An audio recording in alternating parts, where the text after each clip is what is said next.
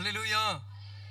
கர்த்தர் நல்லவர், அவர் ಮಾರಾದவர், அவர் ಜೀವನುಳ್ಳவர். ನಾವು ಆರಾಧಿಸ್ತಕ್ಕಂಥ ದೇವರು ಜೀವ ಉಳ್ಳವರು, ಆತನ ಮಾರದೇ ಇರ್ತಕ್ಕಂಥವ್ರು. ಯುಗ ಯುಗಾಂತರಗಳಲ್ಲಿಯೂ ಒಂದೇ ರೀತಿಯಾಗಿರ್ತಕ್ಕಂಥವ್ರು. ಮನುಷ್ಯನು ಕ್ಷಣ ಕ್ಷಣಕ್ಕೂ ಅಂದ್ರೆ ಸೆಕೆಂಡ್ಗೆ ಏನಾಗ್ತಾನೆ, ಮಾರ್ತಾ ಇರ್ತಾನೆ. ಉಸಿರುಳಿ ನೋಡಿದ್ದೀರಾ ಗೊತ್ತಾ? பார்த்துருக்கீங்களா? என்ன இடத்துக்கு தகுந்த மாதிரி மாறிட்டே இருக்கும். மனுஷனும் அப்படிதான். ஆனால் நாம் ஆராதிக்கிற தேவன் அப்படிப்பட்டவர் அல்ல. அவர் நிரந்தரமாக ஒரே போல இருக்கிற தேவன். ஹல்லேலூயா. இன்று நம் வேத தியானத்துக்கென்று எடுத்துக்கொண்ட பகுதி எபிரேயருக்கு எழுதின நிருபம் 12வது அதிகாரம் 8வது ವಚನ. இந்த வேத ಧ್ಯಾನಕ್ಕೆಂದೇಳಿ ಆರಿಸಿಕೊಳ್ಳಲ್ಪಟ್ಟ ಭಾಗ ಎಬ್ರಿಯರಿಗೆ ಬರೆದ ಪತ್ರಿಕೆ 12ನೇ ಅಧ್ಯಾಯ 8-9 ವಾಕ್ಯಗಳು. ಎರಡನ್ನು ಓದ್ರೆ 8-9.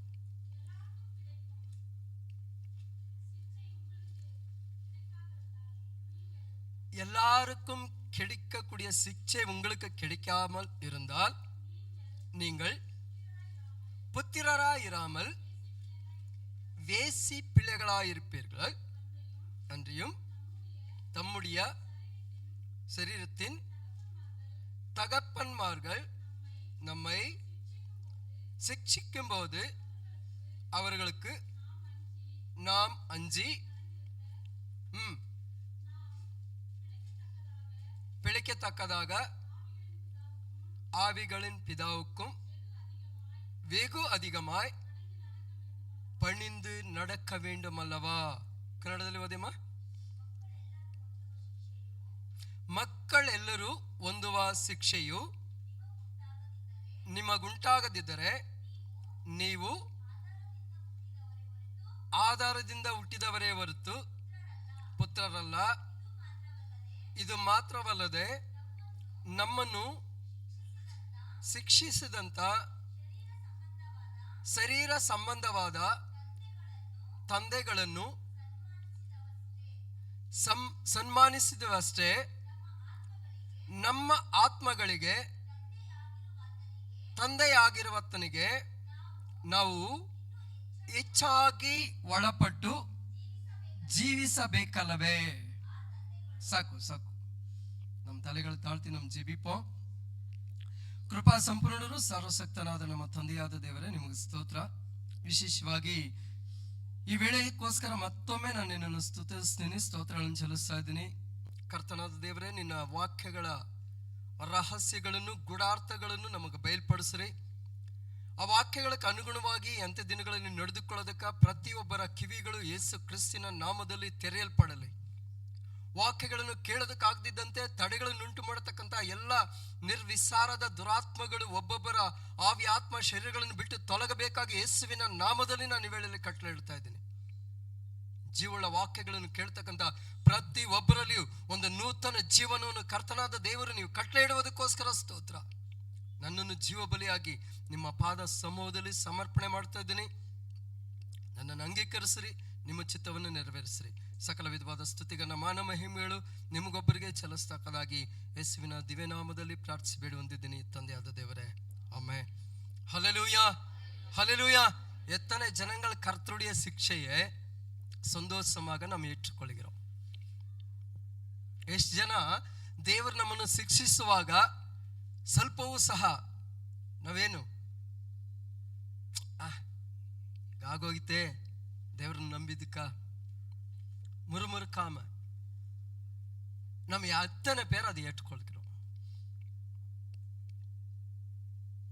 யாருமே இல்லை இல்லையா? கண்டிப்பா ஒரு சின்ன காரியம் வந்துச்சுன்னாலே உடனே நம்ம என்ன செய்யறோம்? ஆண்டவரே கேள்வி கேட்கிறோம். ஆனா இந்த உலகத்தில் இருக்கக்கூடிய நம்முடைய பிதாக்கள் நம்ம ಶಿಕ್ಷಿக்கும் போது நம்ம திரும்பி ஏதாவது கேட்கணும்ல? ಮಕ್ಕಳನ್ನ ನಾವೀಗ ಒಂದು ತಪ್ಪು ಮಾಡ್ತಾರಂತ ಹೇಳಿದ್ರೆ ಅವ್ರನ್ನ ಹೊಡೆದ್ರೆ ಅವ್ರು ಹಿಂತಿರುಗಿ ನಮ್ಮನ್ನು ಹೊಡಿತಾರ, ಅಥವಾ ಯಾಕೆ ನನ್ನನ್ನು ಹೊಡಿತೀಯ ಅಂತೇಳಿ ಪ್ರಶ್ನಿಸ್ತಾರ? ಏನ್ ಮಾಡ್ತಾರೆ? சொல்லுங்களேன். வாயை மூடிட்டு சைலண்டா இருப்பாங்க, அப்படித்தானே? ஒருவேளை வாயை திறந்தா மறுபடியும் என்ன ஆகும்? வாய் மேலேயே விழும். நிறைய பேர் கொடுத்திருக்கீங்க போல ಅಲ್ವಾ? ಈ ಲೋಕದಲ್ಲಿ ಇರ್ತಕ್ಕಂಥ ತಂದೆಗಳೋ ತಾಯಿನೋ ಮಕ್ಕಳನ್ನು ಶಿಕ್ಷಿಸುವಾಗ ಆ ಮಕ್ಕಳು ಏನ್ ಮಾಡ್ತವೆ? ಸೈಲೆಂಟ್ ಆಗಿರ್ತವೆ. ಇಲ್ಲಾಂದ್ರೆ ಮತ್ತೆ ಏನಾಗುತ್ತೆ, ಒಂದು ಬೀಳುತ್ತೆ, ಅದು ಬಾಯಲ್ಲಿನೇ ಬೀಳುತ್ತೆ. ನನ್ಗೆ ಎದುರು ಮಾತಾಡ್ತೀಯ ಅಂತೇಳಿ ಬಾಯಿ ಮೇಲೆ ಹೊಡಿತೀರಿ ಅಲ್ವಾ? ಆಗ ದೇವರ ಶಿಕ್ಷೆಗೆ ಮಾತ್ರ ಯಾಕೆ ನಾವು ದೇವರನ್ನು ಪ್ರಶ್ನೆ ಮಾಡ್ತಾರೆ? ಯಾಕೆ ದೇವರು ನಮಗೆ ಆ ಶಿಕ್ಷೆಯನ್ನು ಆಮೋದಿಸ್ತಾರೆ? ஆண்டவர் ஏன் நம்மை சிட்சிக்கிறார்? அந்த சிச்சையை ஏன் நமக்கவ ஆமோதிக்கிறார்? என்ன, எதுக்காக, ஏன்ಗೋಸ್ಕರ? இப்ப நம்ம பிள்ளைகளை ஏன் ಶಿಕ್ಷಿக்கிறோம்? ಯಾಕೆ ನಮ್ಮ ಮಕ್ಕಳನ್ನು ನಾವು ಶಿಕ್ಷಿಸ್ತೇವೆ? ಏನ್ ಕಾರಣ? ಅವ್ರ ಜೀವಿತ ಚೆನ್ನಾಗಿರ್ಬೇಕು ಅಂತೇಳಿ. ಆಗ ದೇವರ ಶಿಕ್ಷೆ ಏನಕ್ಕೋಸ್ಕರ? நம்ம ஆத்மಗಳು ಚೆನ್ನಾಗಿರ್ಬೇಕಂತೇಳಿ. ஹல்லேலூயா. ஆண்டவர் நமக்கு சிக்ஷை கொடுக்கிறார் என்று சொன்னால் அது எதுக்காக என்று சொன்னால் நம்முடைய ஆவிக்குரிய வாழ்க்கையில நம்ம என்ன செய்யணும்? இன்னும் சீர்படுத்தப்பட வேண்டும், சரிப்படுத்தப்பட வேண்டும். அதற்காக தான் அந்த ಶಿಕ್ಷೆ. அப்ப அந்த ಶಿಕ್ಷೆ வரும்போது நம்ம என்ன செய்யறோம்? ಮುರುಮುರುக்கிறோம். ನಮ್ಮ ಆತ್ಮಿಕ ಜೀವನದಲ್ಲಿ ನಾವು ಅನುದಿನವೂ ಸಹ ಏನಾಗಬೇಕು? ಬೆಳಿಬೇಕು, ವೃದ್ಧಿ ಆಗ್ಬೇಕು. ಕಾರಣ ಏನಂದ್ರೆ ನಮಗೆ ಕೊಟ್ಟ ಈ ಆತ್ಮ ಮತ್ತೆ ಎಲ್ಲಿ ಹೋಗಿ ಸೇರ್ಬೇಕು? ಆತನ ಸಮೂಹದಲ್ಲಿ ಹೋಗಿ ಸೇರ್ಬೇಕು. ஆண்டவர் நமக்கென்று கொடுக்கப்பட்ட இந்த ஆவி ஆத்மா மீண்டுமாக எங்க சேரணும்? அவர் இடத்துல போகணும். அதுதான் அவருடைய மன விருப்பமா இருக்கிறதே வழியா நமக்கு சிக்ஷை கொடுத்து நம்ம கஷ்டப்படுறத பார்த்து அவர் சந்தோஷப்படுகிற தேவன் நம் தேவன் அல்ல. Hallelujah, hallelujah. ಅವರು ನಮ್ಮನ್ನು ಶಿಕ್ಷಿಸಿ ನಮಗೆ ಕಷ್ಟವನ್ನು ಕೊಟ್ಟು ನಾವು ಕಷ್ಟಪಡೋದನ್ನು ನೋಡಿ ಅವರು ಸಂತೋಷ ಪಡ್ತಕ್ಕಂಥ ದೇವರು ನಾವು ಆರಾಧಿಸ್ತಕ್ಕಂಥ ದೇವರಲ್ಲ. ನಾವು ದುಃಖ ಪಡುವಾಗ ನಮಗೋಸ್ಕರ ದುಃಖಿಸ್ತಕ್ಕಂಥ ದೇವರು ಆರಾಧಿಸ್ತಕ್ಕಂಥ ದೇವರು. ನಾವು ಕಣ್ಣೀರನ್ನು ಸುರಿಸುವಾಗ ನಮಗೋಸ್ಕರ ಕಣ್ಣೀರನ್ನು ಸುರಿಸ್ತಕ್ಕಂಥವರು ಕರ್ತನಾದ ಯೇಸು ಕ್ರಿಸ್ತು. ಅಷ್ಟೊಂದು ಕರುಣೆ ಉಳ್ಳವರು ಯಾಕೆ ನಮಗೆ ಶಿಕ್ಷೆ ಕೊಡ್ತಾರೆ ಅಂದೇಳಿ ಒಂದು ವೇಳೆ ನಿಮ್ಮ ಪ್ರಶ್ನೆ ಆಗಿರ್ಬೋದು. அந்த அளவுக்கு நம் மீது மனதுருக்கமுள்ள தேவன் எதற்கு நமக்கு அந்த சிக்ஷைகளை கொடுக்கிறாருன்ட்டு ஒருவேளை நீங்க யோசித்துக் கொண்டிருக்கலாம். நம்மை நாம் சரிப்படுத்திக் கொள்ள வேண்டும். ಅದಕ್ಕಾಗ ನಮ್ಮನ್ನು ನಾವು ಸರಿಪಡಿಸಿಕೊಳ್ಳಬೇಕು. ಅದಕ್ಕೋಸ್ಕರನೇ ಅಂದ್ರೆ ನಾವು ಎಲ್ಲಿ ಯಾವ ಕಾರ್ಯದಲ್ಲಿ ತಪ್ಪು ಮಾಡಿದಿರೋ ಅದನ್ನು ಸರಿಪಡಿಸಿಕೊಳ್ಳೋದಕ್ಕೋಸ್ಕರ. ಇಲ್ಲ ಅಂತ ಹೇಳಿದ ಪಕ್ಷದಲ್ಲಿ ಏನಾಗುತ್ತೆ? நம்முடைய தவறுகளை சுட்டி காட்டும் போது நம்ம அதை சரிப்படுத்திக் கொள்ளவில்லை என்று சொன்னால் என்ன நடக்கும்? இப்ப நம்முடைய பசங்களை இருக்காங்கன்னு வச்சுக்கோங்களேன், அந்த குழந்தைங்களுக்கு நம்ம சொல்லி சொல்லி பார்ப்போம். அது கேட்டுச்சுன்னா ஓகே, கேட்கலன்னா நாம அதை என்ன செய்யறோம்? என்ன சொல்லுவோம்? நான் உன்ன ஆமா ಕೈ ಕಳಿಬಿಟ್ಟೆ, ತನಿ ತೆಲ್ಚಿಟ್ಟೆ அப்படி சொல்லுவோம் இல்லையா? ಹಾಗೆ ಅಲ್ವಾ? ಹೇಳ್ತೀರಲ್ವಾ? ಹೇಳಿದ ಮಾತು ಕೇಳಿಲ್ಲ ಅಂದ್ರೆ ಅದ್ದ ಹೇಳ್ತೀರಿ ನಾವು, ನಿನ್ ಕೈ ತೊಳೆದು ಬಿಟ್ಬಿಟ್ಟಿದ್ದೀನಿ ಹೋಗು. ನಂತರ ಅವನ ಜೀವನ ಏನಾಗುತ್ತೆ? அதுக்கு அடுத்தது அவங்களுடைய வாழ்க்கை என்னவாக மாறுகிறது? பெரிய பெரிய போட்டோல பார்க்க முடியும், அப்படித்தானே?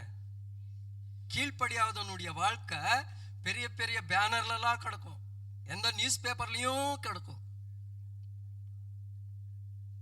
ஆனா அதே பெற்றோர்களுக்கு கீழ்ப்படுகிறவன் அவனும் அந்த பேனர்ல வருவான். ஆனா அந்த பேனரோ வேற விதமா இருக்கும், அந்த நியூஸ் பேப்பர்ல அந்த கட்டிங்ஸோ வேற விதமா இருக்கும். எப்படி? ரெண்டு பேருமே பேனர்ல வருவாங்க, ரெண்டு பேருமே நியூஸ் பேப்பர்ல வருவாங்க. ஆனா கீழ்ப்படுகிறவனுடைய காரியங்கள் வேறையா இருக்கும். கீழ்ப்படியாம தன்னுடைய மன விருப்பத்தின்படி போகக்கூடிய அவனுடைய காரியங்கள் வேற விதமாக இருக்கும். ದೇವಚನமே, ಯಾರು ತಂದೆ ತಾಯಿಗಳ ಮಾತಕ್ಕೆ ತಗ್ಗಿ ನಡೆದು ವಿಧೇಯರಾಗಿ ಅವುಗಳನ್ನು ಅಂಗೀಕರಿಸಿ ಅವುಗಳಿಗೆ ಅನುಗುಣವಾಗಿ ನಡೆದುಕೊಳ್ತಾನೋ ಅವನ ಭವಿಷ್ಯ ಯಾವ ರೀತಿಯಾಗಿರುತ್ತೆ? ಆಶೀರ್ವಾದವಾಗಿರ್ತದೆ, ಅದು ಅಮೋಘವಾಗಿರುತ್ತೆ. ಎಲ್ಲರೂ ಅವನನ್ನು ನೋಡಿ ಹೊಗಳ್ತಕ್ಕಂತೆ ಇರುತ್ತೆ. ಆದ್ರೆ ಯಾರು ಆ ಮಾತಿಗೆ ತಗ್ಗಿ ನಡೀತಾನೋ ಅವನ ಜೀವನ ಯಾವ ರೀತಿಯಾಗಿರ್ತದೆ? ಯಾವ ರೀತಿಯಾಗಿರ್ತದೆ? ಯೇಸು ಸ್ವಾಮಿ ಹೇಳ್ತಾರೆ, ಮನುಷ್ಯ ಕುಮಾರನನ್ನು ತೋರಿಸಿಕೊಡ್ತಕ್ಕಂಥವನು ಹುಟ್ಟದೇ ಇದ್ದಿದ್ರೆ ಅವನಿಗೆ ಚೆನ್ನಾಗಿತ್ತು ಅಂತ ಹೇಳ್ತಾರೆ. ಪಡಿಸಿರ್ಕಿಂಗ್ಲಾ? மனுஷகுமாரனே காட்டி கொடுக்கிற இவனோ பெறவாமல் இருந்தா நலமா இருக்கும்னு சொல்றாரு. ಅವಾಗ ನಾವು ಆ ಮಕ್ಕಳ ಭವಿಷ್ಯದಲ್ಲಿ ಅವ್ರು ಚೆನ್ನಾಗಿತ್ತು ಅಂತ ಹೇಳಿದ್ರೆ ಅವನನ್ನು ಕುರಿತು ಜನರು ಹೊಗಳುವಾಗ நம்ம ಹೃದಯ ಯಾವ ರೀತಿಯಾಗಿರುತ್ತೆ? எப்படி இருக்கும்? நம்முடைய பிள்ளை நல்லா படிச்சு ஒரு நல்ல ரேங்க்ல இருக்கும்போது ஜனங்க பார்த்து அவனை புகழும்போது நம்முடைய இது எப்படி இருக்கும்? சந்தோஷப்படும். நம்ம அறியாமையே ஆனந்த கண்ணீர் நமக்குள்ளாக வரும் இல்லையா? அதே அந்த குழந்தை பார்த்து ஏதாவது ஒன்று சொன்னா நம்முடைய மனசு எப்படி இருக்கும்? இவன் எதுக்குதா அப்படிதானே? ಹಾಗೆ ಹೇಳ್ತೀರಲ್ವಾ? ಈಗ ಅವನನ್ನು ಕುರಿತು ಹೊಗಳುವಾಗ ನಾವು ಸಂತೋಷ ಪಡ್ತೇವೆ. ಬಟ್ ಅವನನ್ನು ಕುರಿತು ತಪ್ಪಾಗಿ ಮಾತಾಡುವಾಗ ನಮ್ಮ ಹೃದಯ ವೇದನೆ ಯಾವ ರೀತಿಯಾಗಿರ್ತದೆ? ಇವನು ಯಾಕೆ ಹುಟ್ಟದ್ನೋ? ಈ ಲೋಕದಲ್ಲಿ ಅಳಿದು ಹೋಗ್ತಕ್ಕಂಥ ಮನುಷ್ಯನಿಗೆ ಈ ಸ್ವಭಾವ ಇದ್ರೆ ನಿತ್ಯವಾಗಿ ನಮ್ಮನ್ನು ನಿತ್ಯದಲ್ಲಿ ತೆಗೆದುಕೊಂಡು ಹೋಗ್ತಕ್ಕಂಥ ಆ ತಂದೆಯಾದ ದೇವರಿಗೆ ನಮ್ಮ ಮೇಲೆ ಎಷ್ಟು ಆಸೆ ಇದೆ ನೋಡ್ರಿ, ಎಷ್ಟು ಆಕಾಂಕ್ಷೆ ಇದೆ ನೋಡ್ರಿ. ಅದರಿಂದಾಗ ಬರ್ತಕ್ಕಂಥ ಎಲ್ಲಾ ಕಷ್ಟಗಳನ್ನು ಸಹಿಸಿಕೊಳ್ಳೋದಕ್ಕೆ ನಾವೇನ್ ಮಾಡ್ಬೇಕು? ಸಿದ್ಧರಾಗಬೇಕು. ಶಿಕ್ಷೆಯನ್ನು ಪಡೆದುಕೊಳ್ಳೋದಕ್ಕೆ ಸಿದ್ಧರಾಗಬೇಕು. தேவன் கொடுக்கக்கூடிய அந்த சிச்சைக்கு நம்ம என்ன செய்யணும்? அதை ஏற்றுக்கொள்ளணும், கீழ்ப்படியணும், சரிப்படுத்திக் கொள்ளணும். ஒருவேளை அந்த சிச்சையை நாம் அசட்டை பண்ணினோம் என்று சொன்னால் நாம் யாரா? படிங்களா இந்த வசனத்துல? தேவனுடைய சிச்சையை நாம் அசட்டை பண்ணினால் நாம் யாரா? வேசியின் பிள்ளைகள் என்று சொல்லப்படுகிறது. தேவ வார்த்தை நமக்கு நேராக வரும்போது அந்த வார்த்தைக்கு நாம் கீழ்ப்படியலன்னு சொன்னா, அந்த வார்த்தைகளை நாம் ஏற்றுக்கொள்ளவில்லை என்று சொன்னால், அந்த வார்த்தைகளுக்கு ஏற்றபடி நம்மை மாற்றிக் கொள்ளவில்லை என்று சொன்னால் நாம் யாரு? ವಸನ சொல்லுது, ನಾನು சொல்லல. ದೇವರ ವಾಕ್ಯ ನಮಗೆ ನೇರಾಗಿ ಬರುವಾಗ ಆ ವಾಕ್ಯಗಳನ್ನು ಅಂಗೀಕರಿಸಿ ನಮ್ಮನ್ನು ನಾವು ಸರಿಪಡಿಸಿಕೊಳ್ಳಿಲ್ಲ ಅಂತ ಹೇಳಿದ್ರೆ ನಾವು ಯಾರು? ಆಧಾರದಿಂದ ಹುಟ್ಟಿದವರು ಅಂತೇಳಿ ಬರೆಯಲ್ಪಟ್ಟಿದೆ. ತಮಿಳಲ್ಲಿ ಅದು ಸ್ಪಷ್ಟವಾಗಿ ಮಕ್ಕದ ಮೇಲೆ ಹೊಡೆದಂಗಿದೆ ವಾಕ್ಯ. ಅವಾಗ ಎಷ್ಟು ಬಾರಿ ನಾವು ದೇವರ ವಾಕ್ಯಗಳನ್ನು ನಾವು ಉಲ್ಲಂಘಿಸಿದವರಾಗಿದ್ದೇವೆ. ಎಷ್ಟು ಬಾರಿ ದೇವ ವಾಕ್ಯ ನಮ್ಮನ್ನು ಸರಿಪಡಿಸಬೇಕಂತೇಳಿ ನಮಗೆ ನೇರಾಗಿ ಬರುವಾಗ ಆ ವಾಕ್ಯಕ್ಕೆ ನಾವು ಕಿವಿ ಕೊಡದೆ ಹೋಗಿದ್ದೇವೆ. ಅದರ ನಿಮಿತ್ತವಾಗಿ ಇಂದು ಅನೇಕ ಅವಮಾನ, ಅನೇಕ ನಿಂದನೆ. அந்த வார்த்தை நமக்கு நேராக வரும்போது அந்த வார்த்தை அசட்டை பண்ணிதன் நிமித்தமாக தலை குமிஞ்சு நடந்துட்டு இருக்கோம். தலை தூக்கி நடக்க முடியல நம்மால. ஏன்னா அவருடைய எச்சரிப்பின் சத்தத்துக்கு நாம் என்ன செய்யணும்? செவி ಸಾಯ್ಕರವர்களாக இருக்க வேண்டும் ದೇವಚನமே. ಹಲ್ಲೆಲೂಯಾ. ಆತನು ನಮ್ಮನ್ನು ಎಚ್ಚರಿಸುವಾಗ ನಾವೇನ್ ಮಾಡಬೇಕು? ಕಿವಿಯನ್ನು ತೆರೀಬೇಕು. ನಮ್ಮ ಕಿವಿ ಯಾವಾಗಲೂ ತೆರೆದೇ ಇರುತ್ತೆ. ಈ ಕಡೆ ಕೇಳಿ, ಈ ಕಡೆ ಬಿಡೋದಕ್ಕೆ ಆಗಿಲ್ಲ. ಕೇಳಿದ ವಾಕ್ಯ ಎಲ್ಲಿ ಹೋಗ್ಬೇಕು? ಹೃದಯದೊಳಗೆ ಹೋಗ್ಬೇಕು. ಆವಾಗ ಅದು ನಮ್ಮೊಳಗಡೆ ಕ್ರಿಯೆ ನಡೆಸ್ತದೆ. நம்ம கேட்கக்கூடிய அந்த வார்த்தைகள் நம்முடைய இதயத்துக்குள்ள போகணும். அப்பதான் அந்த வார்த்தை நம்ம என்ன செய்யும்? விடுதலை ஆக்கும், விடுதலை ஆக்கும். எத்தோ இவங்க சொல்றாங்க, இவங்களுக்கு வேற வேலை இல்லைன்னு நினைச்சோன்னு வச்சுக்கோங்களேன், ಕಡೆಸಲ ನಮ್ಮ ವ್ಯಾಲ್ಯೂ ಇಲ್ಲಮದ போவோம். ಏನೋ ಇವ್ರಿಗೆ ಕೆಲಸ ಇಲ್ಲ, ಏನೋ ಹೇಳ್ತಾರೆ ಅಂತೇಳಿ ಒಂದ್ ವೇಳೆ ನೀವು ಆಲೋಚನೆ ಮಾಡ್ತಂತ ಹೇಳಿದ್ರೆ ನಮ್ಮ ಜೀವನನೂ ಅಷ್ಟೇ. ನೀವು ಜ್ಞಾನೋಕ್ತಿಗಳು 7ನೇ ಅಧ್ಯಾಯ 1ನೇ ವಾಕ್ಯವನ್ನು ಓದ್ತು ಅಂತ ಹೇಳಿದ್ರೆ படிங்களே. நீதிமொழிகள் 7வது அதிகாரம் 1 வசனம் 2வது வசனம் ரெண்டையும் படிங்க. ಜ್ಞಾನೋಕ್ತಿಗಳು 7ನೇ ಅಧ್ಯಾಯ 1-2 ವಾಕ್ಯಗಳು. ಕಂದ, ನನ್ನ ಮಾತುಗಳನ್ನು ಅನುಸರಿಸು, ನನ್ನ ಆಜ್ಞೆಗಳನ್ನು ಮನಸ್ಸಿನಲ್ಲಿಟ್ಟುಕೋ, ನನ್ನ ಉಪದೇಶವನ್ನು ಕಣ್ಣು ಗುಡ್ಡಿನಂತೆ ಪಾಲಿಸು, ನನ್ನ ಆಜ್ಞೆಗಳನ್ನು ಕೈಕೊಂಡು ಬಾಳು. ತಮಿಳ படிங்கம்மா. என் மகனே, நீ என் வார்த்தைகளை என் கட்டளைகளை உன் இடத்துல என்ன செய்யணும்? பத்திரப்படுத்து. என் போதகத்தையும் உன் கண்மணி போல் காத்துக்கொள், அப்பொழுது பிழைப்பாய். அல்லேலூயா, ஹல்லேலூயா. நம்ம பிழைக்கணும். நம்முடைய ஆவிக்குரிய வாழ்க்கையில நாம் பிழைக்க வேண்டும் என்று சொன்னால் நம்ம என்ன செய்யணுமா? அவருடைய கட்டளைகளை என்ன செய்யணும்? கை கொள்ளணும். அது எப்படி பாதுகாக்கணுமா? ಕಣ್ಣಿನ ಇಮೈ ಪೋಲ ಪಾದುಗಾಕணும். ಕಣ್ಣು ಗುಡ್ಡಿನಂತೆ ಕಾದ್ಕೊಳ್ಬೇಕು. ಏನನ್ನ? ಆತನ ಆಜ್ಞೆಗಳನ್ನ, ಆತನ ವಾಕ್ಯಗಳನ್ನು, ಆತನು ಹೇಳ್ತಕ್ಕಂಥ ಕಾರ್ಯಗಳನ್ನು.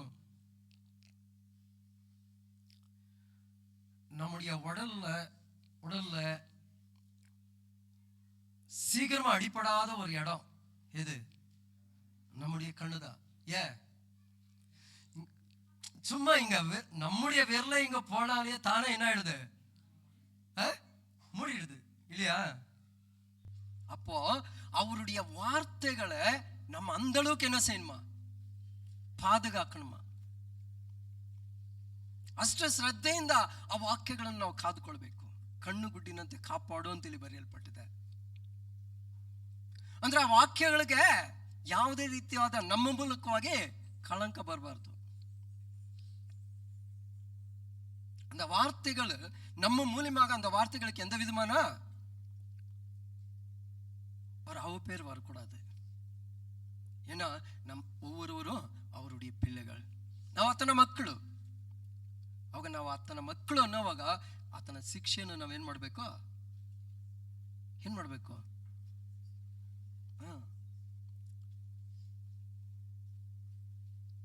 ಸತ್ಯವೇದದಲ್ಲಿ ನಾವು ನೋಡ್ತಾ ಅಂತ ಹೇಳಿದ್ರೆ ಪೌಲನು ಹೇಳ್ತಾನೆ, ನಾನು ಈ ಶಿಕ್ಷೆಯನ್ನು ಅನುಭವಿಸೋದಕ್ಕೆ ಸಿದ್ಧನಾಗಿದ್ದೀನಂತೇಳಿ. ನಿಮ್ಮ ಅಪೊಸ್ತಲರಿಗೆ ಬರೆದ ಪತ್ರಿಕೆ 9ನೇ ಅಧ್ಯಾಯ 16ನೇ ವಾಕ್ಯವನ್ನು ಓದಿ. அப்போஸ்தலருக்கு எழுதின நிருபம் 9வது அதிகாரம் 16வது வசனம்.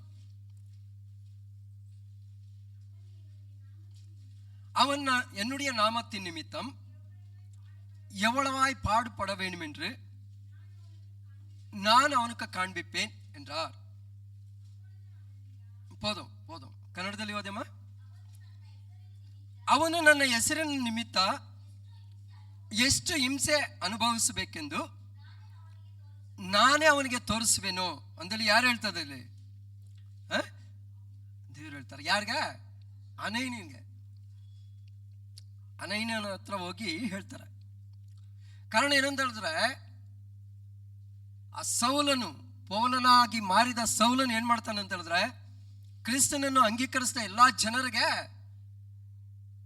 ಬೇಡಿಗಳನ್ನು ಹಾಕಿ ದಮಸ್ಕಕ್ಕೆ ತೆಗೆದುಕೊಂಡು ಹೋಗ್ಬೇಕಂತ ಹೇಳ್ತಕ್ಕಂಥ ಆಜ್ಞೆಯನ್ನು ಹೊಂದಿದವನಾಗಿ ಅಲ್ಲಿ ಬರ್ತಾನೆ. ಸೊ ಆ ಒಂದು ಸಂದರ್ಭದಲ್ಲಿ ದೇವರವನನ್ನು ಸಂಧಿಸ್ತಾರೆ. ಸಂಧಿಸುವಾಗ ಏನ್ ನಡೆಯುತ್ತೆ? ಅವನ ಕಣ್ಣುಗಳು ಕಾಣದೆ ಹೋಗುತ್ತೆ. ಒಂದು ಬೆಳಕು ಮಾತ್ರ ಅವನು ನೋಡ್ತಾನೆ ಅಷ್ಟೇ. ஒரு வெளிச்சத்தை பார்க்கிறாரு, அவ்வளவுதான். அந்த இடத்துல அப்படியே என்ன செய்யறாரு? குப்புற விழுந்து, ஆண்டவரே நீ யாருன்ட்டு கேள்வி கேட்கிறாரு. தேவரே நீ யாரு? ஏன்னா நம்முடைய தேவனுடைய வெளிச்சம் அந்த அளவுக்கு வல்லமைன்னு இருந்தது. சூரியனை போல 7 மடங்கு பிரகாசம் உள்ளவர். ಸೂರ್ಯನ ನಾವು ಹಾಗೆ ನೋಡೋದಕ್ಕೆ ಸಾಧ್ಯನಾ? ಮಧ್ಯಾಹ್ನದಲ್ಲಿ ಯಾರಾದ್ರೂ ನೋಡ್ತೀರಾ? 1 ಸೆಕೆಂಡ್ ಸಹ ನೋಡೋದಕ್ಕಾಗೋದಿಲ್ಲ. ಆ ಸೂರ್ಯನ ಬೆಳಕಿಗಿಂತಲೂ 7ರಷ್ಟು ಬೆಳಕುಳ್ಳವರು ನಾವು ಆರಾಧಿಸ್ತಕ್ಕಂಥ ಕರ್ತನಾದ ಯೇಸು ಕ್ರಿಸ್ತು. அந்த வெளிச்சத்தை பார்த்த உடனே அவருடைய கண்கள் என்ன ஆயிடுச்சு? அப்படியே அதான் மண்டைட்டு கேட்கிறார், ஆண்டவரே நீர் யார்? நீ துன்பப்படுத்துகிற இயேசு நானேன்னு சொல்றாரு. ನೀನು ಹಿಂಸೆ ಪಡಿಸ್ತಕ್ಕಂಥ ಯೇಸು ನಾನು ಅಂತೇಳಿ ಹೇಳ್ತಾರೆ. சோ அதுக்கு முன்பதாகவே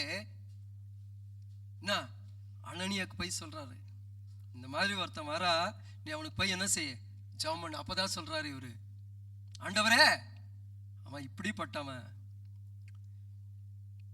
இவளு கஷ்டப்படுத்தினவன். அதுக்குதான் அந்த 16வது வசனத்துல ஆண்டவர் சொல்லக்கூடிய அந்த காரியங்கள், அவன் இன்னி என் நாமத்தின் நிமித்தமாக எவ்வளவு கஷ்டப்படணுமோ இதுக்கு மேலதான் அவனுக்கு தெரியும். ಇದಕ್ಕೆ ಮೇಲೆ ನಾನು ಅವನಿಗೆ சொல்லுவேன். ನನ್ನ ನಾಮದ ನಿಮಿತ್ತವಾಗಿ ಅವನು ಎಷ್ಟು ಕಷ್ಟಗಳನ್ನು ಸಂಕಷ್ಟಗಳನ್ನು ಪಡಬೇಕಂದೇಳಿ ನಾನು ಅವನಿಗೆ ತಿಳಿಸ್ತೀನಿ. ಆದ್ರೆ ನೀನೇನ್ ಮಾಡೋ, ನಾನು ಹೇಳಿದ ಕೆಲಸ ಮಾಡು, ನೀನು ಹೋಗಿ ಅವನಿಗೆ ಪ್ರಾರ್ಥನೆ ಮಾಡು. ஸோ நிறைய நேரங்களில் நம்ம என்ன செய்கிறோம், அவருடைய சிச்சையை நம்ம என்ன செய்கிறோம், அசட்டை பண்ணுறோம், ஏற்றுக்கொள்றதுக்கு மனதில்லாமல் போகிறோம். ಚಿಕ್ಕ ಕಾರ್ಯ ಬಂದರೂ ಸಹ ದೇವರನ್ನ ತಕ್ಷಣ ನಾವೇನು ಮಾಡ್ತಾರೆ, ಪ್ರಶ್ನೆ ಕೇಳ್ತಕ್ಕಂಥವರಾಗಿರ್ತೀರಿ. ದೇವಚನವೇ, ನಾವು ಆ ರೀತಿಯಾಗಿತ್ತು ಅಂತ ಹೇಳಿದ್ರೆ ಖಂಡಿತವಾಗಲೂ ನಾವು ಆತನ ಮಕ್ಕಳು ಅಲ್ಲವೇ ಅಲ್ಲ. ಯಾಕೆ ಅವರು ಆ ಶಿಕ್ಷೆಯನ್ನು ನಮಗೆ ಕೊಡ್ತಾರಂತಲೇ ನೀವು ಅದೇ 12ನೇ ಅಧ್ಯಾಯ, ಇಬ್ರಿಯರಿಗೆ ಬರೆದ ಪತ್ರಿಕೆ 12ನೇ ಅಧ್ಯಾಯ 10-11 ವಾಕ್ಯಗಳನ್ನು ಓದ್ತಂತ ಹೇಳಿದ್ರೆ ಅದರಲ್ಲಿ ಸ್ಪಷ್ಟವಾಗಿ ಬರೆಯಲ್ಪಟ್ಟಿದೆ. ಪಡಿಂಗ್ಲೆ 12, 10, 11 வசனங்கள்.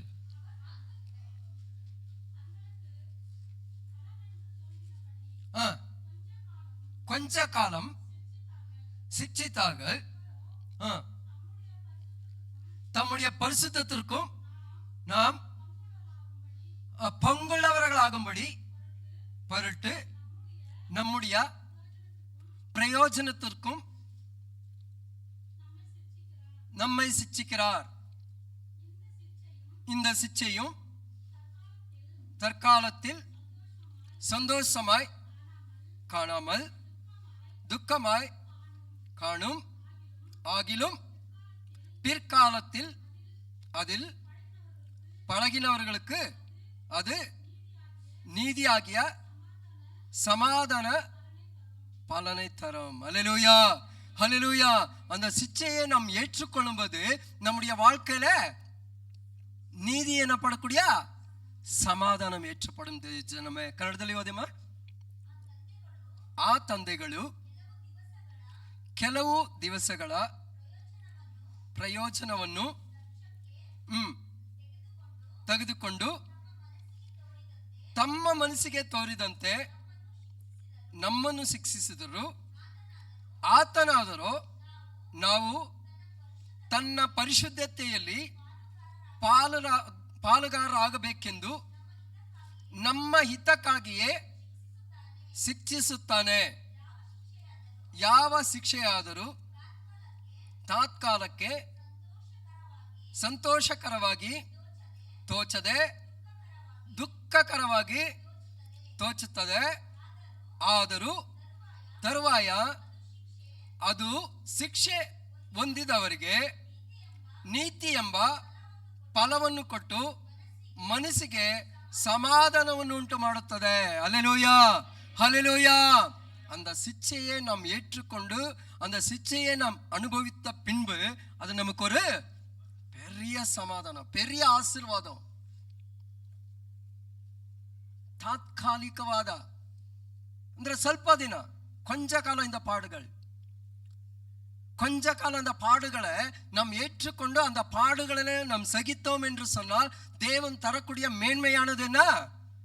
சமாதானம். ஆண்டவராக இயேசு கிறிஸ்து வாழ்ந்த நாட்களில் அவர் சொல்லக்கூடிய காரியம் என்ன தெரியுமா? உலகம் தரக்கூடிய சமாதானம் அல்ல, என்னுடைய சமாதானத்தையே நான் உங்களுக்கு விட்டு போறேன். ಲೋಕ ಕೊಡ್ತಕ್ಕಂಥ ಸಮಾಧಾನ ಅಲ್ಲ, ನನ್ನ ಸಮಾಧಾನವನ್ನೇ ನಾನು ನಿಮ್ಗೆ ಬಿಟ್ಟು ಹೋಗ್ತೀನಿ ಅಂತೇಳಿ ಕರ್ತನಾದ ಯೇಸು ಕ್ರಿಸ್ತ ಹೇಳ್ತಾರೆ ದೇವಚನವೇ. ನಾವು ಆ ಶಿಕ್ಷೆಯನ್ನು ಅಂಗೀಕರಿಸಿ ಆ ಶಿಕ್ಷೆಯನ್ನು ಪಡುವಾಗ ಒಂದು ವೇಳೆ ಅದು ನಮಗೆ ಕಷ್ಟವಾಗಿರ್ಬೇಕು, ದುಃಖವಾಗಿರ್ಬೋದು, ಆದರೆ ನಾವು ಅದನ್ನು ಸಹಿಸಿಕೊಳ್ಳುವಾಗ ನಮಗೆ ನಿಜವಾದ ಸಮಾಧಾನ ದೇವರು ಕೊಡ್ತಕ್ಕಂಥವರಾಗಿದ್ದಾರೆ. அந்த சிச்சையை ஏற்றுக்கொள்ளும்போது கஷ்டமா இருக்கலாம், கண்ணீரா இருக்கலாம், துக்கமா இருக்கலாம். ஆனாலும் அதை நாம் சகித்து பின்பு அது ஒரு நமக்கு பெரிய சமாதானம், பெரிய ஆசீர்வாதம். எதற்காக அவர் சிக்கிறார் என்று நாம் பார்த்தோம் என்று சொன்னால், நித்தியத்தில் நம்மை சேர்ப்பதற்காக, அந்த பரிசுத்தத்தில் சேர்ப்பதற்காக. ಆ ಶಿಕ್ಷೆ ಯಾಕೆ ಅಂತ ಹೇಳಿದ್ರೆ ನಾವು ನಿತ್ಯದಲ್ಲಿ ಸೇರೋದಕ್ಕೆ, ಪರಿಶುದ್ಧರಾಗೋದಕ್ಕೆ. ಸತ್ಯವೇದದಲ್ಲಿ ನಾವು ನೋಡ್ತಾ ಅಂತ ಹೇಳಿದ್ರೆ ಪರಿಶುದ್ಧನ ಇನ್ನೂ ಪರಿಶುದ್ಧನಾಗ್ಲಿ ಅಂತೇಳಿ ಬರೆಯಲ್ಪಟ್ಟಿದೆ. ಪರಿಶುದ್ಧನ ಇನ್ನೂ பரிசுத்தமாக்கப்படட்டும் என்று. யாருக்கு அடி அதிகமா விழுது? எந்த மரத்துக்கு அடி அதிகமா விழுது? ಯಾವ ಮರಕ್ಕೆ ಕಲ್ಲೇಟು ಹೆಚ್ಚಿಗೆ ಬೀಳುತ್ತೆ? ಫಲ ಕೊಡುವುದಕ್ಕೆ. ಯಾಕೆ? ಫಲ ಇರೋದ್ರಿಂದ. சிச்சையும் அதே போலதான் யாருக்கு அதிகமா வரும் தெரியுமா? அவரோட நெருங்கி பழகுறவர்களுக்கு அதிகமா வரும், அதிகமா வரும். ஏன்னா நம்ம இன்னும் அவர் என்ன செய்யணும்? சீர்படுத்தணும், இன்னும் சரிப்படுத்தணும். இன்னும் அவருக்காக நம்ம எப்படி செய்யணுமா? பிரகாசிக்கணும். அதற்காக ಯಾಕೆ ಶಿಕ್ಷೆ ಅಂತ ಹೇಳಿದ್ರೆ ನಾವು ಹೆಚ್ಚಾಗಿ ಇನ್ನೂ ಆತನಿಗೋಸ್ಕರ ನಾವು ಏನ್ ಮಾಡ್ಬೇಕು? ಎದ್ದು ಪ್ರಕಾಶಿಸಬೇಕು. ಅದಕ್ಕೋಸ್ಕರನೇ ಆ ಶಿಕ್ಷೆ. ಅವಾಗ ಅದನ್ನು ನಾವು ಅಂಗೀಕರಿಸ್ತಕ್ಕಂಥವರಾಗಿರ್ಬೇಕು. ಅದಕ್ಕೋಸ್ಕರ ದೇವ ಸಮೂಹದಲ್ಲಿ ನಾವೇನು ಪ್ರಶ್ನಿಸೋರಲ್ಲ, ದೇವರಿಗೆ ಸ್ತೋತ್ರ ಹೇಳ್ತಕ್ಕಂಥವರಾಗಿರ್ಬೇಕು. ಪಾಠಗಳು ಬರೋವಾಗ ನಾವು ಏನ್ ಮಾಡ್ಬೇಕು? ಅದನ್ನ அங்கீகரிசಬೇಕು. பாடுகள் வந்தது எனக்கு நல்லது, இதன் நிமித்தமாக நான் கர்த்தருடைய பிரமாணங்களை கற்றுக்கொண்டேன். வசனத்தை கேட்கிறோம், படிக்கிறோம், சந்தோஷமா சொல்றோம். ஆனா வரும்போதுதான் தெரியும் நம்முடைய நிலைமை எப்படி இருக்குன்ட்டு. அப்படிதானே? ಹಾಗಿದ್ದಾನೆ? ವಾಕ್ಯವನ್ನು ಮಾತ್ರ ಹೇಳ್ತೀರಿ, ಕೇಳ್ತೀರಿ ಸಂತೋಷವಾಗಿ ಎಲ್ಲಾನು. ಆದ್ರೆ ಅದು ಬರೋವಾಗದ ನಮ್ಮ ರಿಯಾಕ್ಷನ್ ಯಾವ ರೀತಿಯಾಗಿರ್ತದೆ ಅಂತ ದೇವ್ರಿಗೆ ಗೊತ್ತಾಗುತ್ತೆ. ಒಂದ್ ವೇಳೆ ಮನುಷ್ಯನ ಮುಂದೆ ನಾವು ನಗ್ನಗ್ತಾನೆ ಇರ್ಬೋದು, நம்ம ஹிருதய ஏனந்தேಳಿ தேவருக்கு ಚೆನ್ನಾಗಿ ಗೊತ್ತು. அந்த பாடுகள் வரும்போது நம்ம ஒருவேளை மனுஷனை காட்டிக்கொள்ளாம இருக்கலாம், ஆனால் நம்முடைய இதயம் என்னன்னு ஆண்டவருக்கு தெரியும். ஏன்னா அப்படி வரும்போது தான் அதிகமா நம்ம என்ன செய்வோம்? ஜெபம் பண்ணுவோம் இல்லையா? வேதத்தை வாசிப்போம், பரட்டும். அப்படியே எங்க எனக்கு ஆறுதலான வார்த்தைகள் கிடைக்கும் என்று பரட்டுவோம் பைபிள். அப்படிதானே? ಹಾಗೆ ತಾನೆ? ಸೊ ಆ ಸಂಕಟ ಬಂದಿಲ್ಲ ಅಂದ್ರೆ ಏನ್ ಮಾಡ್ತಾರೆ? என்ன செய்வோம்?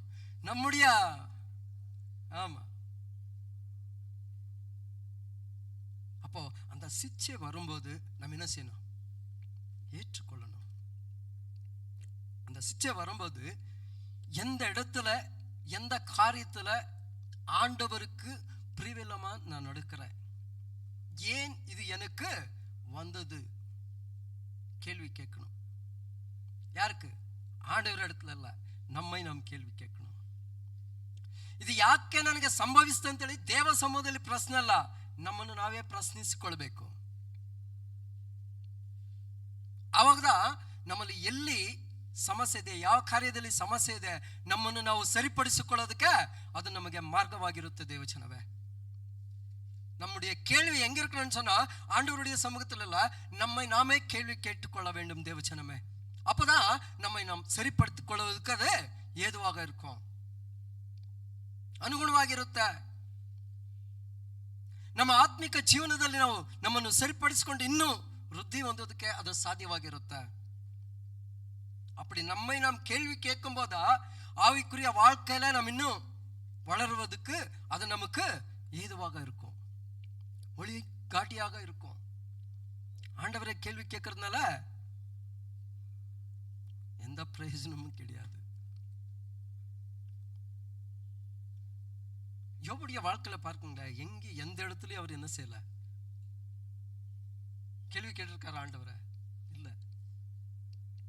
அதனால்தான் அவர் ரெಟ್ಟಿப்பான ಆಶೀರ್ವಾದத்தை பெற்றார். Hallelujah, hallelujah. ಯೋಬನ ಜೀವನದಲ್ಲಿ ನೀವು ನೋಡ್ತಂದ್ರೆ ದೇವರನ್ನು ದೂಷಿಸುವ ಮಾತು, ದೇವರನ್ನು ಪ್ರಶ್ನಿಸತಕ್ಕಂಥದ್ದು ನೀವು ಎಲ್ಲಿ ನೋಡೋದಕ್ಕಾಗೋದಿಲ್ಲ. ಅದರ ನಿಮಿತ್ತವಾಗಿದ ನೀವು 42ನೇ ಅಧ್ಯಾಯದಲ್ಲಿ ನಾವು ನೋಡ್ತಂದ್ರೆ ಯೋಬನ ಮೊದಲ ಸ್ಥಿತಿಗಿಂತಲೂ ಕಡೆಯ ಸ್ಥಿತಿ ಎರಡರಷ್ಟಾದ ಆಶೀರ್ವಾದ, ಎರಡರಷ್ಟಾದ ಆಶೀರ್ವಾದ. ಅವಾಗ ಆ ಶಿಕ್ಷೆಯನ್ನು ನಾವು ಅಂಗೀಕರಿಸ್ತಕ್ಕಂಥವರಾಗಿರ್ಬೇಕು, ಶಿಕ್ಷೆಯನ್ನು ಅನುಭವಿಸ್ತಕ್ಕಂಥವರಾಗಿರ್ಬೇಕು. ಅಪೊಸ್ತಲರ 14ನೇ ಅಧ್ಯಾಯ 22ನೇ ವಾಕ್ಯವನ್ನು ಓದಿ. அப்போஸ்தலர் நிருபம் 14வது அதிகாரம் 22வது வசனம்.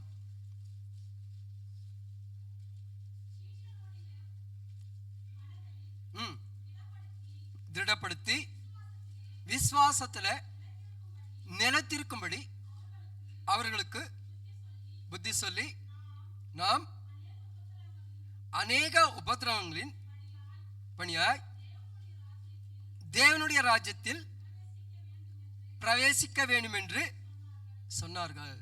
ஹல்லேலூயா. சோ உபத்திரவங்களின் மத்தியிலே நம்ம என்ன செய்யணுமா? திருடமா இருக்கணுமா? அந்த உபத்திரங்களை வரும்போது தான் அதிகமா நம்ம என்ன செய்ய முடியும்? தேவனை பற்றி கொள்ள முடியும். தேவன் தரக்கூடிய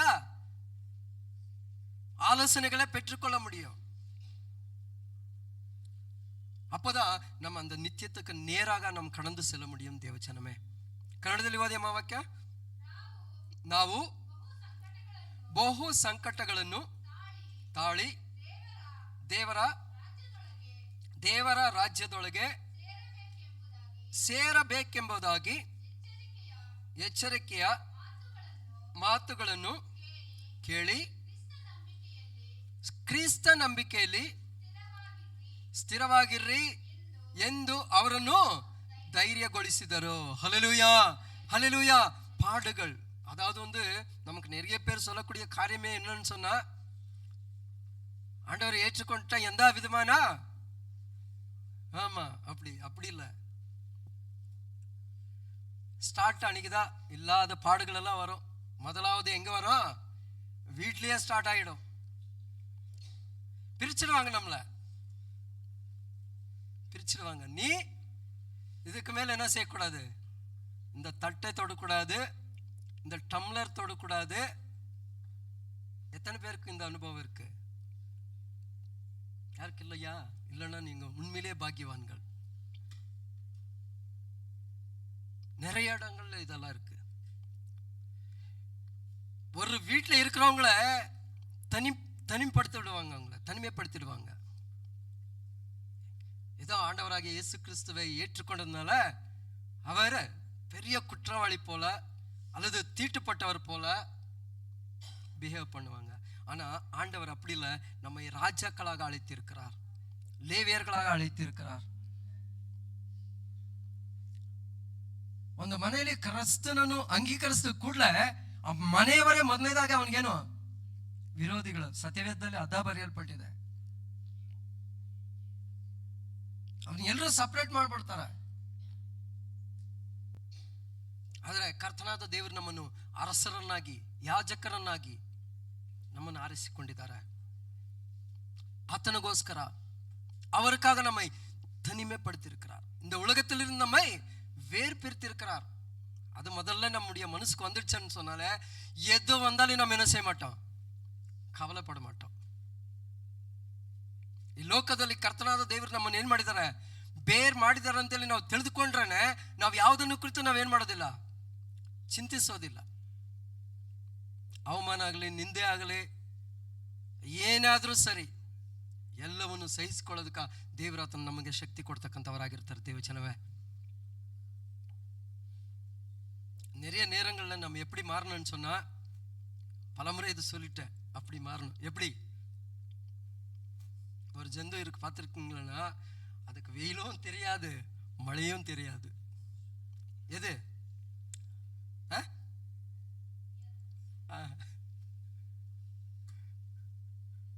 அதை நீங்க எவ்வளவு அடிச்சாலையும் அது போற ஸ்பீட்ல தான் அது போகும், அது ஓடாது.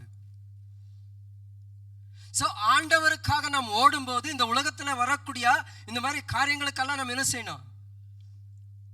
காது கொடுக்க கூடாது. அத போல மாறிடணும். யார் என்ன சொல்லிட்டு போனாலும் சரி, நாம் போகிற வழி சரியா இருக்கா, அது ஆண்டவருக்கு ஏற்றபடியா இருக்கா, பிரியமா இருக்கா, யார் என்ன சொன்னாலும் பரவாயில்ல, அதை குறித்து நம்ம என்ன செய்யக்கூடாது? கவலைப்படக்கூடாது. கவலைப்படக்கூடாது. கவலைப்பட்டா என்ன நடக்கும்? நாம தான் அப்செட் ஆயிட்டு கடைசியில ஆண்டவரும் வேண்டா, ஆராதனையும் வேண்டா. ஆண்டவர் அதுக்காக நம்ம அழைக்கல. இது எல்லாத்தையும் சகிச்சு அவருக்கென்று உறுதியாக சாட்சியாக இருக்கும்படிக்கு கர்த்தராகிய தேவன் உங்களையும் என்னை அழைத்து இருக்கிறார். ದೇವಚನமே, ಹಲ್ಲೆಲೂಯಾ, ಹಲ್ಲೆಲೂಯಾ. ಇವುಗಳನ್ನೆಲ್ಲಗಳನ್ನು ಸಹ ಸಹಿಸಿಕೊಂಡು ನಾವು ಆತನಿಗಂದಲಿ ಮೀಸಲಾಗಿ ಇರಬೇಕಂದಲಿ ದೇವರು ನಮ್ಮನ್ನು ಆರಿಸಿಕೊಂಡಿದ್ದಾರೆ. ಅವಮಾನನ ನಿಂದನೆನ ಏನು ಬಂದರೂ ಸರಿ, ದೇವರಿಗೋಸ್ಕರ ನಾವೆಲ್ಲವನ್ನೂ ಸಹ ಸಹಿಸಿಕೊಳ್ಳತಕ್ಕಂಥವರಾಗಿರ್ಬೇಕು. ஆண்டவருக்காக இதை எல்லாத்தையும் சகிக்கும் போதா தேவன் நமக்கென்று வைத்திருக்கக்கூடிய அந்த உன்னதத்துல நம்மால சேர முடியும், பிரவேசிக்க முடியும். இல்லைன்னா முடியாது. தேவச்சனமே, இன்று நம்ம எப்படி இருக்கிறோம்? வரக்கூடிய சின்ன சின்ன காரியங்களுக்கு ஆண்டவரை பார்த்து முறுமுறுத்து கொண்டு இருக்கிறோம்களா, அல்லது ஆண்டவருக்கு நன்றி சொல்லுகிறவர்களாக இருக்கிறோம்களா? நம்ம யாரும் எழுந்து நிற்போமா? நம்ம ஒப்பு கொடுப்போமா? வார்த்தைக்கு நேராக கொஞ்ச நேரம் நம்ம ஆராயுவோமா? நம்முடைய மனநிலை எப்படி இருக்கிறது? ನಮ್ಮ ಆಲೋಚನೆಗಳು ಯಾವ ರೀತಿಯಾಗಿದೆ? ನಮ್ಗೆ ಬರ್ತಕ್ಕಂಥ ಕಷ್ಟಗಳ ಮಧ್ಯದಲ್ಲಿ, ಸಂಕಷ್ಟಗಳ ಮಧ್ಯದಲ್ಲಿ ನಾವು ದೇವರಿಗೆ ಯಾವ ರೀತಿಯಾಗಿ ದೇವ ಸಮೂಹದಲ್ಲಿ ನಾವು ಇರ್ತಕ್ಕಂಥವರಾಗಿದ್ದಾರೆ. ಈ ಸಂಕಷ್ಟಗಳು ಸ್ವಲ್ಪ ಕಾಲ ಮಾತ್ರನೇ ಬರ್ತಕ್ಕಂಥ ಈ ಸಂಕಷ್ಟಗಳನ್ನು ಕುರಿತು ನಾವು ಬಳಲತಕ್ಕಂಥವರಾಗಿದ್ದೀರಾ? ಸೋತು ಹೋಗತಕ್ಕಂಥವರಾಗಿದ್ದೀರಾ? ಅಥವಾ ಅವುಗಳನ್ನು ನಾವು ಎದುರಿಸಿ தேவர கந்தலில் நிலுத்தக்கந்தவராகிದ್ದೀரா?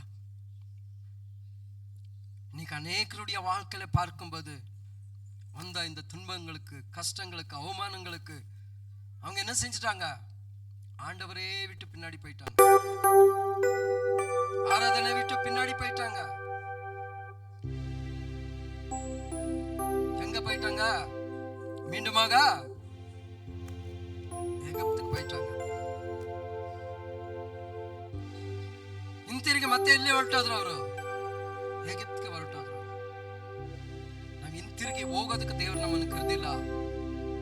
ಆತನನ್ನೇ ನೋಡಿ ಆತನ ಮಾರ್ಗದಲ್ಲಿ ನಡೆಯೋದಕ್ಕೋಸ್ಕರ ಕರ್ತನಾದ ದೇವರು ಕರೆದಿದ್ದಾರೆ.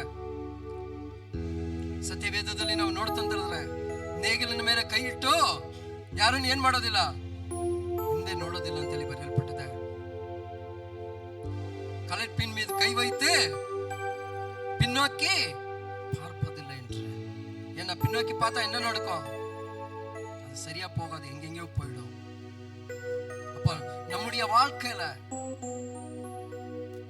நம்மை அழைத்தா, நம்மை உருவாக்கினா, நம்மை பேர் சொல்லி அழைத்தா ஆண்டவருடைய பார்வையில நம்ம எப்படி இருக்கிறோம்? மீண்டும் மீண்டுமாக நம் பின்னோக்கி பார்ப்பவர்களாக இருக்கிறோம்ல, அல்லது அவரையே பார்த்து அவர் காட்டக்கூடிய அந்த வழியில, அந்த செம்மையான பாதையில நடக்கிறவர்களாக இருக்கிறோம்ல? நம்மை நாம் ஆராய்வோமா? தேவச்சனமே, நம்மை ஆராய்வோமா?